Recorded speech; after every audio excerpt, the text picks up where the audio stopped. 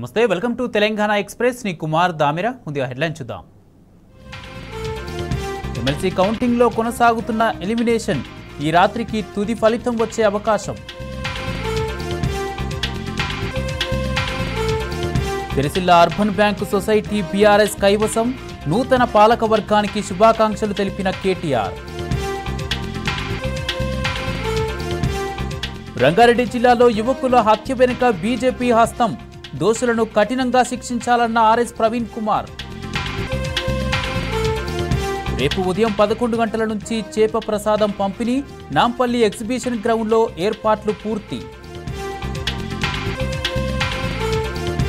కాసేపట్లో హైదరాబాద్కు భారీ వర్ష సూచన, అప్రమత్తంగా ఉండాలని జీహెచ్ఎంసీ ఆదేశం. ఎల్లుండి సాయంత్రం ప్రధానిగా మోదీ ప్రమాణం. రేపు ఢిల్లీలో ఎన్డీఏ పక్షాల సమావేశం.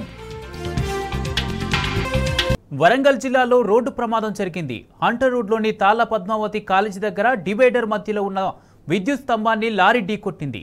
దీంతో ఒక్కసారిగా మంటలు చెలరేగాయి. భారీగా ఎగిసిపడుతున్న మంటలను చూసి స్థానికులు భయభ్రాంతులకు గురయ్యారు.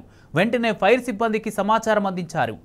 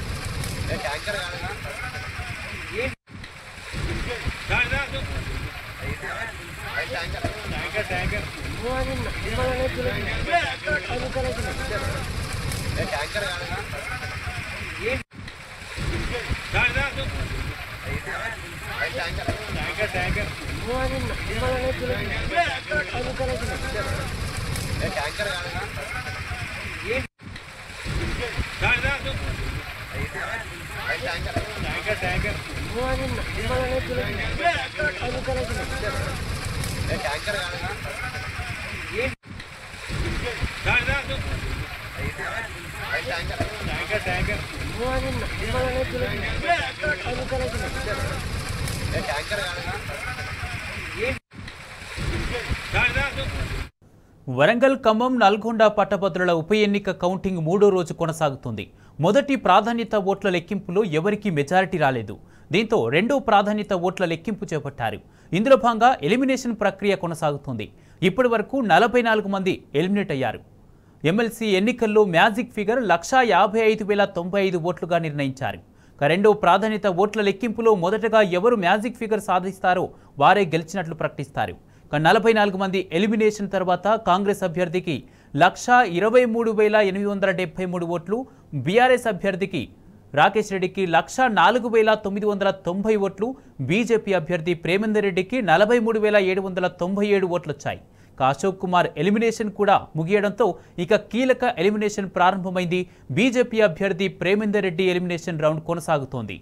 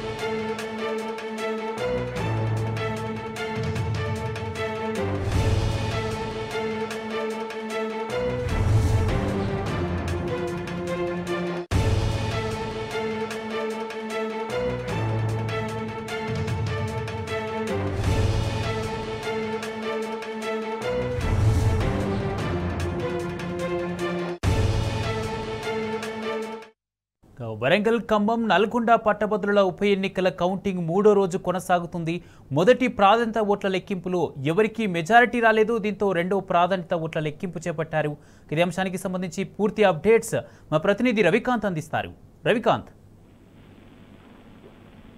ఇప్పటివరకు అయితే ఇంకా 60 గంటలు పూర్తవుతున్న వరంగల్, ఖమ్మం, నల్గొండకు సంబంధించినటువంటి పట్టభద్రుల ఎమ్మెల్సీ ఉప ఎన్నికల కౌంటింగ్ ప్రక్రియ కొనసాగుతుంది.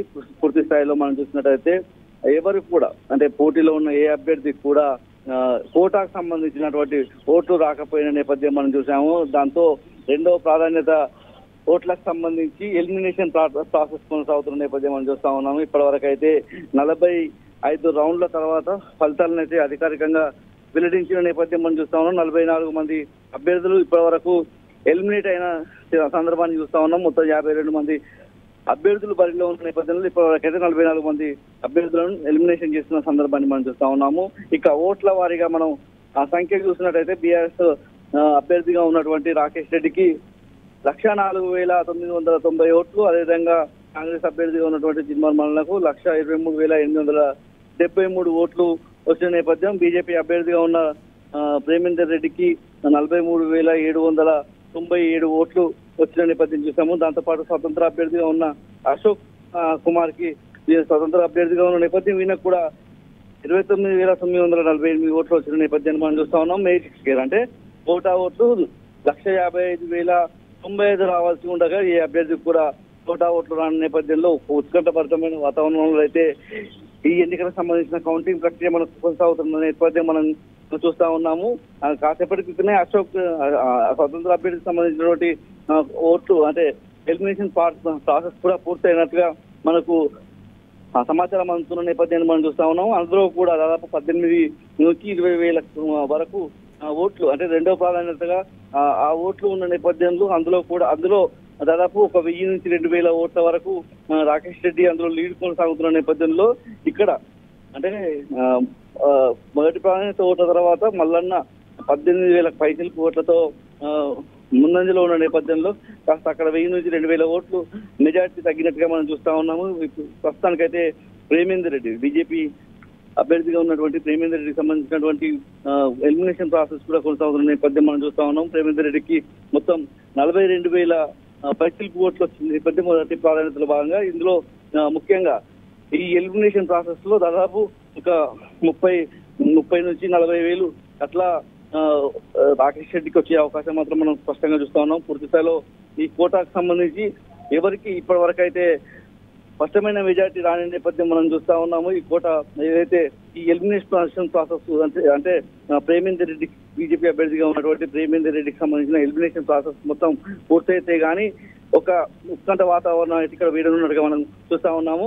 కాసేపటి క్రితమే అధికారికంగా మనకు తెలుస్తున్న అంశం ఏంటంటే 12 గంటల తర్వాత వరకు కూడా ఈ ప్రాసెస్ కొనసాగే అవకాశం ఉన్నట్టుగా మనకు తెలుస్తా ఉంది. పూర్తి స్థాయిలో ముఖ్యంగా 12 గంటల తర్వాత ఈ ఏదైతే ఎన్నికలకు సంబంధించిన రిజల్ట్ వచ్చే క్రమంలో పీస్ఫుల్ గా అదేవిధంగా ఏదైతే ఇక్కడ ఉన్నటువంటి వాతావరణం అంతా కూడా ప్రశాంతంగా ఉంచే విధంగా చూడాలని చెప్పి విజ్ఞప్తి చేస్తున్న నేపథ్యం అయితే మనం చూస్తా ఉన్నాము. ఎన్నికలకు సంబంధించినటువంటి ఏదైతే ఎస్పీ జిల్లా ఎస్పీగా ఉన్నటువంటి చందన దీప్తి ఇంతకుముందే మాట్లాడడం జరిగింది. పూర్తి స్థాయిలో ఇక్కడ వాతావరణం అయితే ప్రశాంతంగా ఉంచాలన్న ఒక సంకేతం అయితే ఆమె ఇచ్చిన నేపథ్యాన్ని మనం చూస్తా ఉన్నాం. పూర్తి స్థాయిలో ప్రశాంతమైన వాతావరణంలో ఇక్కడ ఉంచాలని, దాంతో పాటు సంబరాలకు సంబంధించి కావచ్చు, వేడుకలకు సంబంధించి, ఊరేగింపులకు సంబంధించి, ర్యాలీలకు సంబంధించి ఏదైనా చేయాలంటే ఎన్నికల నిబంధనల మేరకు అనుమతి తీసుకొని చేయాల్సి ఉంటుందన్న అంశాన్ని కూడా ఆమె నివేదించిన నేపథ్యం మనకు చూస్తా ఉన్నాం. మీడియాతో కాసేపటి క్రితమే నల్గొండ జిల్లా ఎస్పీ చంద్రన దీప్తి కూడా మాట్లాడిన నేపథ్యం మనం చూసాము. ర్యాలీలు, సభలకు, సమావేశాలకు ఎట్లాంటి అనుమతి లేనందున తప్పనిసరిగా అనుమతులు తీసుకోవాల్సిన అవసరం ఉందని చెప్పిన నేపథ్యాన్ని అయితే మనం స్పష్టంగా చూస్తా ఉన్నాం. Right, thank you Ravikanth.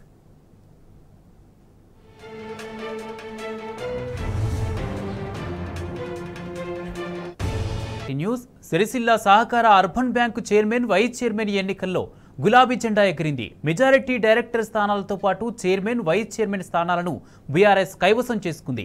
Bank ఎన్నికలు పార్టీ రహితంగా జరిగినప్పటికీ బీఆర్ఎస్, బీజేపీ, కాంగ్రెస్ ఈ ఎన్నికలను ప్రతిష్టాత్మకంగా తీసుకున్నాయి. మొత్తం 12 స్థానాలకు గాను 8 మంది బీఆర్ఎస్ పార్టీ బలపరిచిన అభ్యర్థులు గెలుపొందగా కాంగ్రెస్, బీజేపీ ఒక్కో స్థానాన్ని గెలుచుకున్నాయి.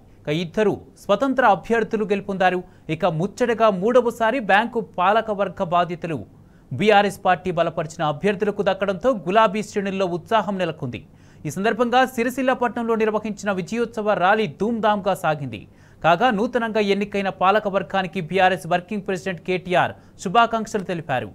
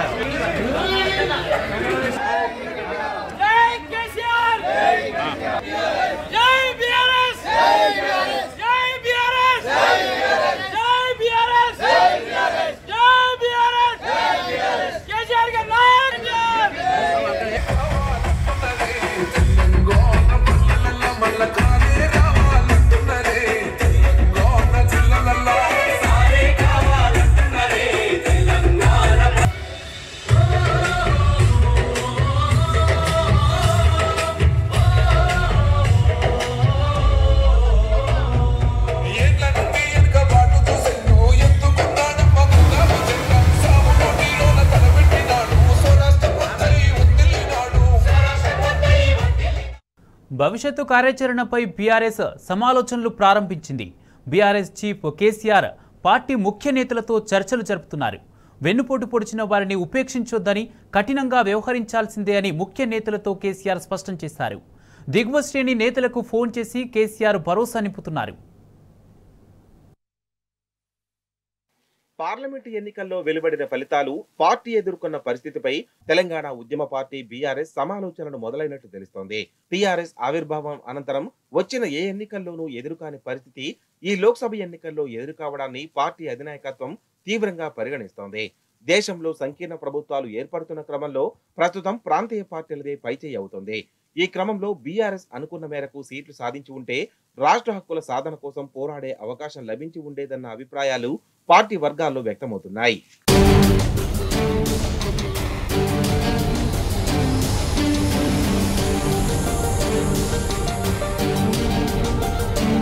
పార్టీ అధినేత కేసీఆర్ పాల్గొన్న రోడ్ షోలు, బహిరంగ సభలకు ఇసుక వేస్తే రాలనంత జనం వచ్చారు.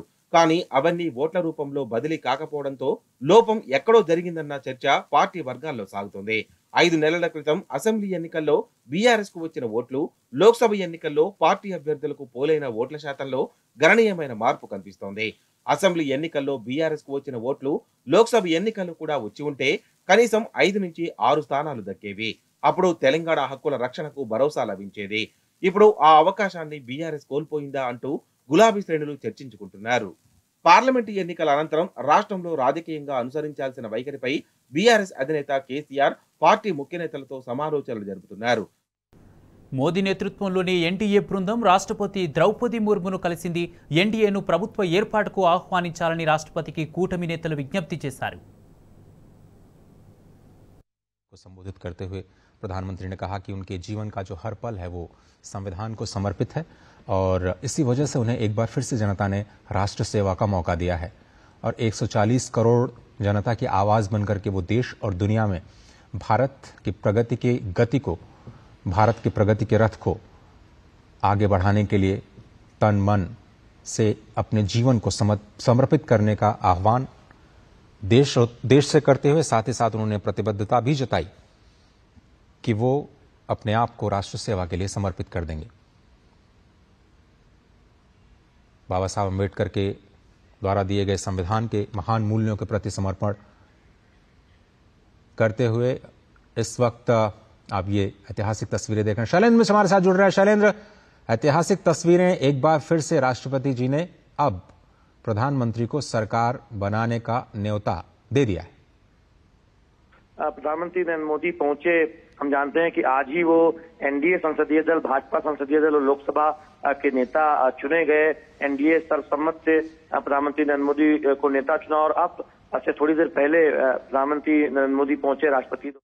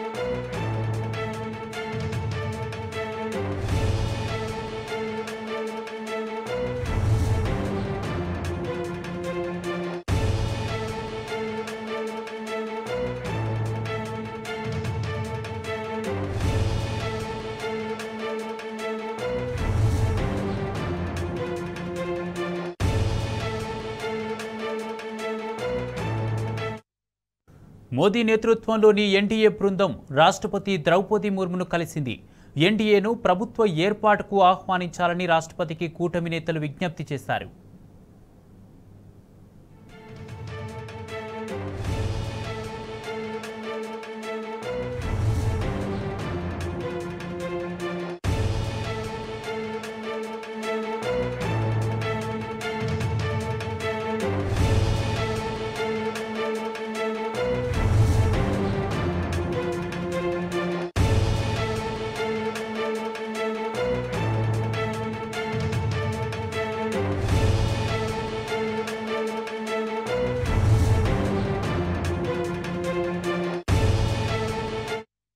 మృగశిర కార్తె సందర్భంగా హైదరాబాద్ ఎగ్జిబిషన్ గ్రౌండ్లో బత్తిని కుటుంబ సభ్యులు వేసే చేప ప్రసాదానికి ప్రజలు పెద్ద సంఖ్యలో తరలివస్తున్నారు.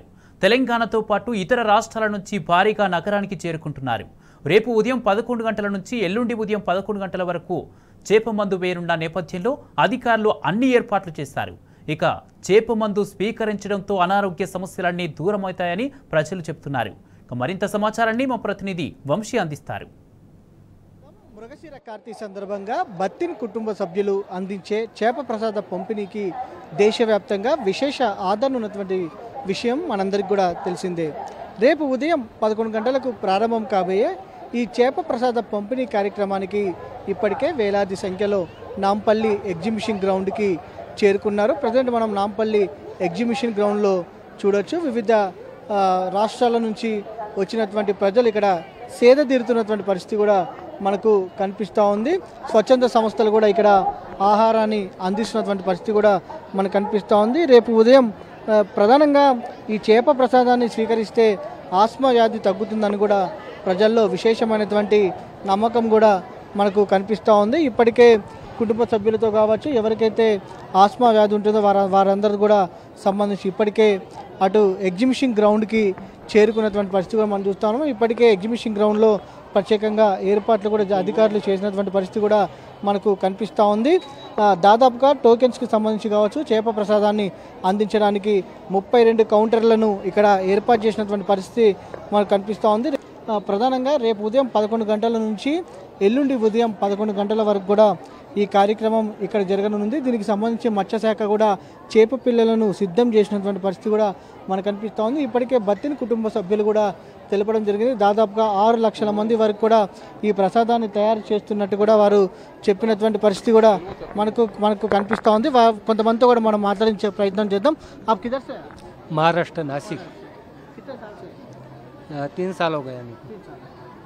कैसा फर्क पड़ा है, दवा का असर हो रहा है। ఇది 3 సంవత్సరాల నుంచి కూడా తాను ఇక్కడికి వస్తున్నట్టు కూడా మహారాష్ట్ర నుంచి చెప్తా ఉన్నారు. మనం మరికొంతమందితో కూడా మాట్లాడించే ప్రయత్నం చేద్దాం. అమ్మ చెప్పండి. सोलापुर पहली बार है। वैक्सीन का कौन बोला है? हमारे भाई बोले और भाई लेकर आए.